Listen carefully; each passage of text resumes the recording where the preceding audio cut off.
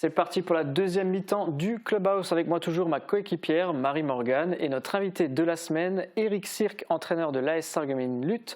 Eric, je vais te présenter un petit peu. Tu habites Rémelfin, tu es éducateur sportif à la ville de Sarreguemines, mis à disposition du club de lutte pour la moitié de ton poste, c'est correct ? C'est ça, exactement. Écoute, la première question qui me vient à l'esprit, c'est moitié de poste lutte, qu'est-ce que tu fais le reste du temps ? Des activités dans d'autres disciplines, sur les quartiers, et j'encadre aussi la section sportive du club de lutte, donc qui est au collège Jean Jaurès, et je fais des séances à l'IME, je suis un peu partout.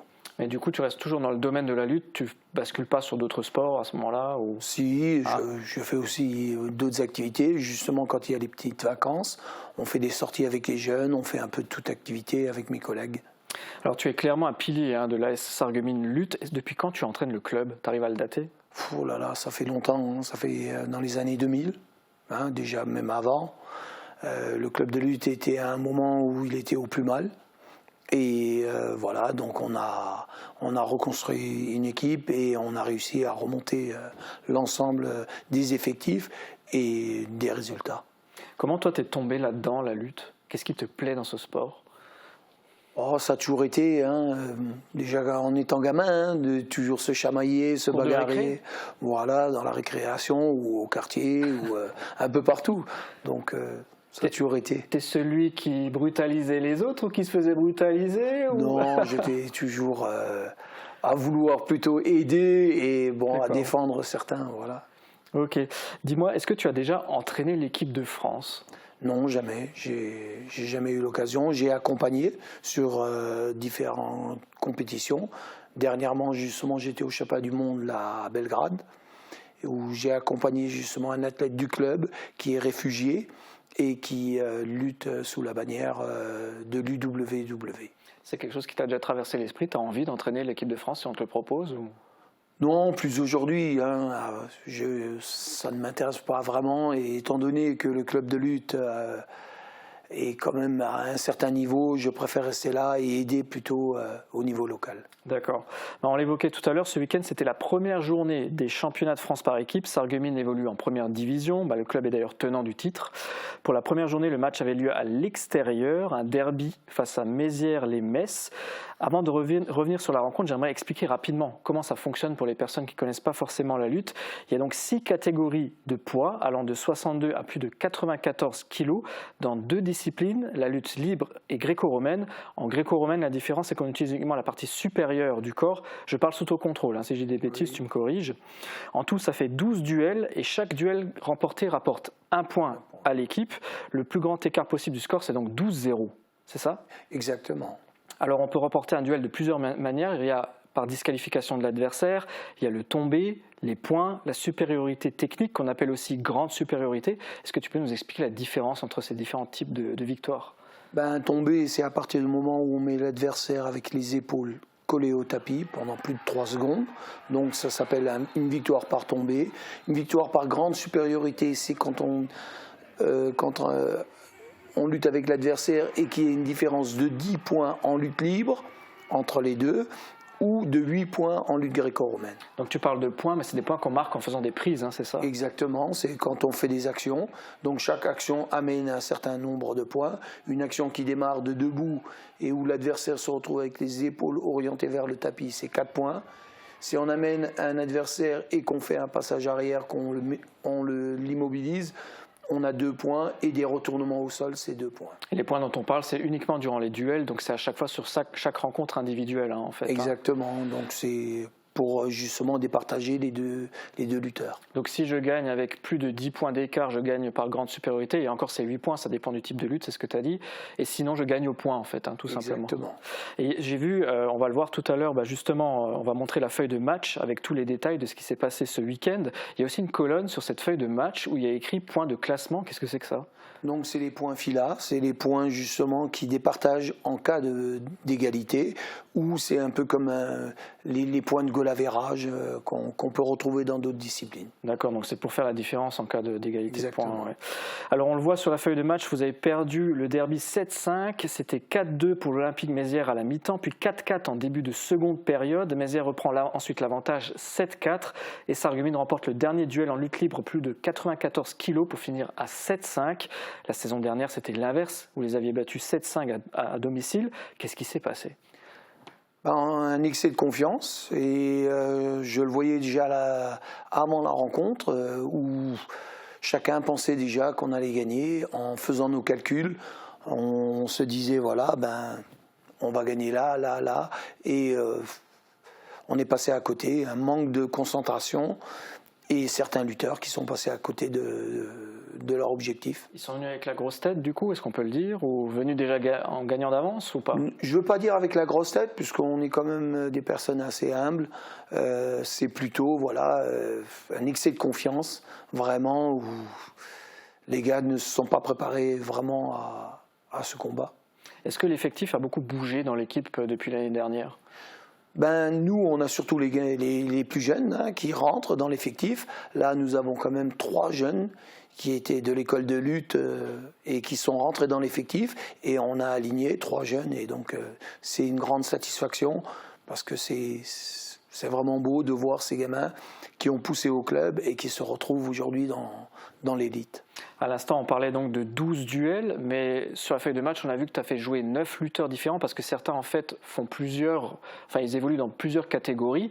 Toi, tu es venu avec combien de lutteurs, du coup, à cette rencontre ? En tout, on avait 12 ou 13 lutteurs quand on avait la pesée. Et de là, après, c'est par rapport au combat, par rapport à l'adversaire, donc où j'aligne certains lutteurs. Choix tactique, quoi. Exactement.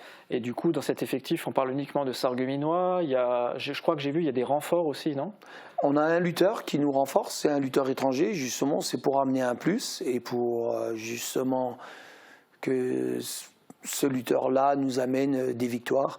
Et ça a été tout l'inverse. Il n'a pas remporté ses matchs ? Non, ça a été une grande surprise. Et le stress et une certaine pression, il est passé à côté de ces 2 combats. Tu as discuté du coup avec lui un petit peu ? Oui, on en a discuté après le combat. Je l'ai laissé souffler et cette semaine, là, lundi, mardi, on a discuté ensemble et et c'est là où il m'expliquait qu'il a été surpris et que il a eu un stress qui s'est installé et il n'a pas réussi donc à lutter comme il faut. Et du coup, toi, tu as une liste, j'imagine, de lutteurs que tu vas emmener du coup à chaque match. Donc ce renfort étranger va vous suivre du coup durant le reste du championnat, c'est ça ? Oui, c'est pour ça justement qu'on l'a fait venir et on va essayer, en espérant qu'ils rebondissent et qu'ils reprennent vraiment le dessus. Et j'ai confiance, je pense que ça va prendre. Oui, il ne faut pas s'avouer vaincu tout de suite, c'était que la première journée. La première journée. On parle des jeunes, justement tous les points sarregueminois qui ont été remportés, j'ai regardé sur la feuille de match, c'était par supériorité technique quasiment. Ça témoigne quand même d'une certaine maîtrise, non ? Parce que pour avoir un écart de points aussi important, je veux dire, les duels, ils ont été clairement remportés par les sarregueminois à ce moment-là. On a les jeunes qui ont remporté justement, ou les lutteurs qui ont remporté leur combat par grande supériorité, c'est vraiment des lutteurs qui ont techniquement sont vraiment prêts physiquement et tout, et on sait qu'on peut compter dessus. Bon, finalement, dis-moi, qu'est-ce que tu retiens de ce match ? Est-ce que tu as des regrets ou est-ce qu'il te sert justement pour la suite ? Quelque part, c'est une belle leçon. On apprend tous les jours, et justement, je pense que l'effectif, ça leur a mis une claque. C'est vrai qu'on restait sur des super résultats de la saison dernière, et ça nous apprendra justement et à prendre plus au sérieux justement tous les adversaires. J'aimerais te parler du coup de la suite du championnat. Est-ce qu'il se profile bien cette saison ? Est-ce que c'est plus dur que l'année dernière ? Et c'est quoi votre objectif ? Remporter à nouveau le titre ? On est des compétiteurs, on veut toujours aller au plus haut, on aimerait et on va tout faire pour garder notre titre, mais on sait que c'est pas facile parce que les effectifs des autres équipes se sont bien renforcés. Déjà l'année dernière, et là, cette année, ça a été encore plus. Et en plus, on est l'équipe à abattre. Oui, forcément, le tenant du titre. Mais tu parlais de derby avec Mézières-les-Messes. Schiltigheim, c'est aussi un petit derby. Ça sera aussi un derby, et un beau derby, parce que Schiltigheim a une grosse équipe, a recruté aussi pas mal de lutteurs, et dont le dernier champion du monde, dans la catégorie 72 kilos, il a signé chez eux juste avant le championnat. Et donc oui, ça sera une très belle, un très beau match. Et la bête noire aussi de Sarreguemines, enfin pour le titre, jusque-là c'était aussi souvent Sotteville, non? Donc ça fait beaucoup d'adversaires qui vont être difficiles. Le championnat est très dur. On peut gagner tous les combats comme on peut tous les perdre. Tous les matchs sont serrés, et on verra déjà ce week-end. Hein. Mézières-les-Messes, qui remporte contre nous, va rencontrer Schiltigheim. Je sais que les deux équipes, ça va être un super combat. Est-ce que toi t'y crois pour le titre cette année? Ah, toujours, je lâche rien. Ça marche. Justement, tu parles de la deuxième journée. Pour Sarreguemines, c'est à domicile, contre Saint-Thierry-la-Perche. Début des combats à 18h30 au gymnase Jean Jaurès. L'année dernière, vous avez gagné 10-2. Quel est le plan d'attaque pour samedi? Bon, j'imagine que vous n'allez pas venir en se disant on a gagné, quoi. Ça va pas marcher. Non, il faut toujours prendre au sérieux. Même si on sait que Saint-Thierry a des petits problèmes d'effectifs, c'est un club qui se retrouve un peu, comme on dit, dans la cambrousse, et ils ont moins la possibilité de travailler avec les jeunes de chez eux. Ils se renforcent avec beaucoup de lutteurs, et ils ont une belle équipe, et voilà, je sais qu'ils vont venir et pour essayer de se racheter de leur première rencontre, qu'ils ont perdu 9-3. Et il faut se méfier, hein, justement, comme on dit, hein, un animal blessé est des fois plus dangereux. Ok, en tout cas on vous souhaite le meilleur pour ce week-end. Eric, on parlait des jeunes, il y a 3 d'entre eux qui ont participé au championnat du monde U23 la semaine dernière en Albanie sous les couleurs de l'équipe de France, et on revient donc sur leurs résultats avec toi, Marie-Morgane. Oui, on démarre avec Kamzat Arzamerzouev en lutte libre, titré champion d'Europe U23 chez les moins 65 kg au mois de mars dernier. Le Sarregueminois a vécu une désillusion au mondial. Il s'est malheureusement incliné par grande supériorité lors des qualifications face au Russe Ibrahim Ibragimov, avant de perdre à nouveau en repêchage contre le Turc Abdullah Toprak, le lutteur russe ayant d'ailleurs remporté la compétition. Et toujours en lutte libre, on passe à la catégorie au-dessus, moins de 70 kg. Avec le Sarregueminois Mohamed Amin Sangariev, qui s'est imposé par grande supériorité en 8e de finale contre l'athlète chilien. Une belle entrée en matière qui s'achève malheureusement en quart de finale avec une défaite par grande supériorité face au lutteur géorgien, ancien tenant du titre. Ce dernier ayant perdu en demi-finale, notre lutteur sarregueminois n'a pas été repêché. Et on termine avec la lutte gréco-romaine en moins de 72 kg. Oui, c'est la catégorie de Yanis Gendez, dernier athlète sarregueminois à avoir disputé le mondial, c'était vendredi. Après avoir décroché la 12e place l'année dernière en Espagne, Yanis visait le podium cette année et malheureusement pour lui, l'objectif n'a pas été atteint. Il s'est incliné 5-1 en 8e de finale contre son adversaire espagnol. Ce dernier ayant été éliminé au tour suivant, Yanis n'a pas été repêché. Eric, on n'a pas raconté de bêtises? Non, pas du tout.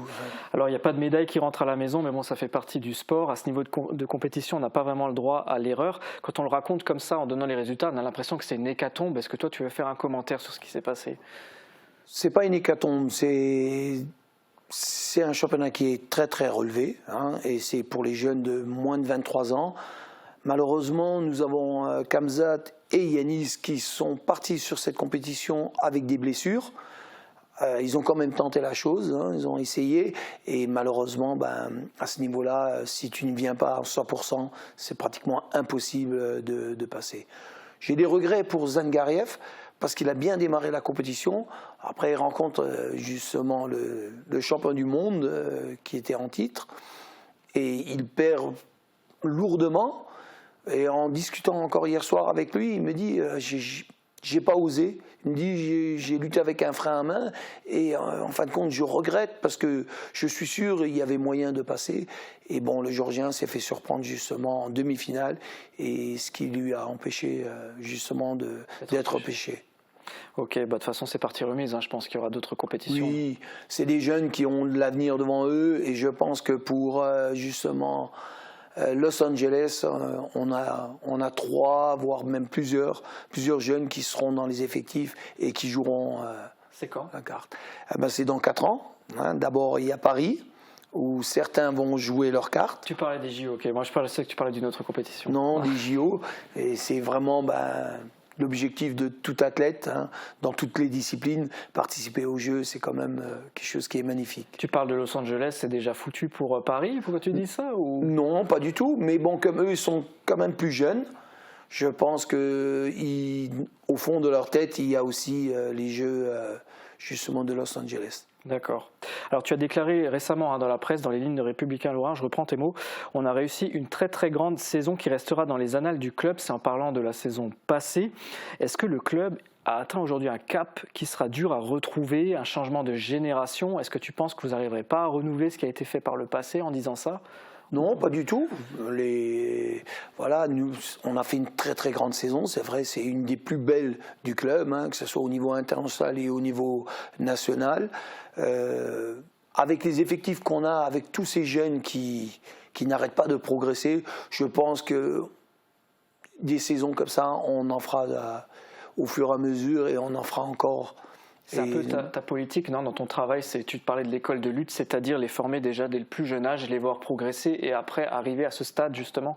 C'est vraiment ce qu'on recherche et le club a toujours eu cette politique et fera toujours tout et est très fier justement de voir ces jeunes qui sont de Sarreguemines arriver au plus haut niveau. Donc la relève est assurée? Ah oui. Pas de problème. Ok, merci d'avoir répondu à nos questions. On croise les doigts pour la suite et bien sûr on continuera à suivre le club de lutte. Je compte sur vous.